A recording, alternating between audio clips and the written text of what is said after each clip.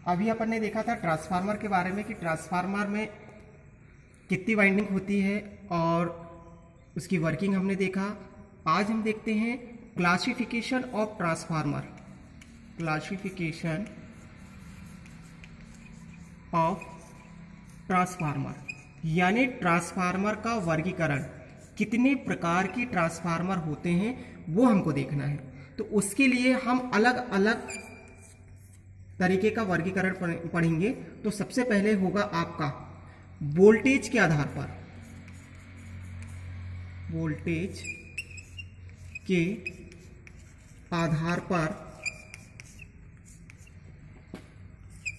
Transformer. ठीक है, तो ये वोल्टेज के आधार पर ट्रांसफार्मर हमारे पास दो प्रकार के होते हैं। सबसे पहला होगा आपका स्टेप अप, जिसको हिंदी में हम कहते हैं उच्चायक, उच्चायक ट्रांसफार्मर। सेकंड होता है step down, step down transformer. ठीक है ना। तो ये है आपके पास में दो प्रकार के ट्रांसफार्मर, एक है उच्चायक और दूसरा है अपचायक। इसको अगर हम कहें कि भाई स्टेप डाउन को क्या कहेंगे, तो इसको हम कहेंगे अपचायक ट्रांसफार्मर।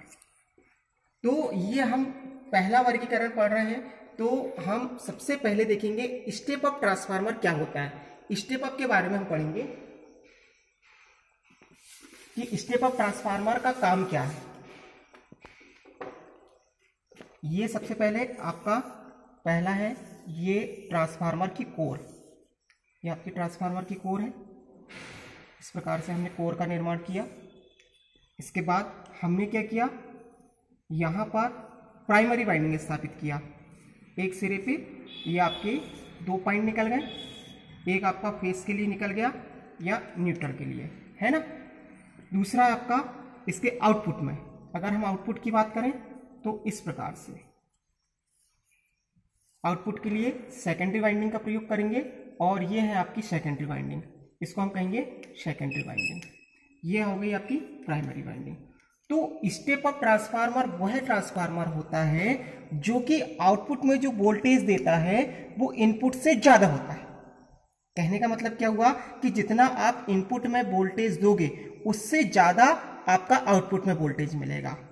इसके लिए हम क्या करते हैं कि इसके नंबर ऑफ टर्न्स, किसके, सेकेंडरी वाइंडिंग के नंबर ऑफ टर्न्स यानी लपेटों की जो संख्या है वो प्राइमरी वाइंडिंग के लपेटों की संख्या से ज्यादा रखी जाती है।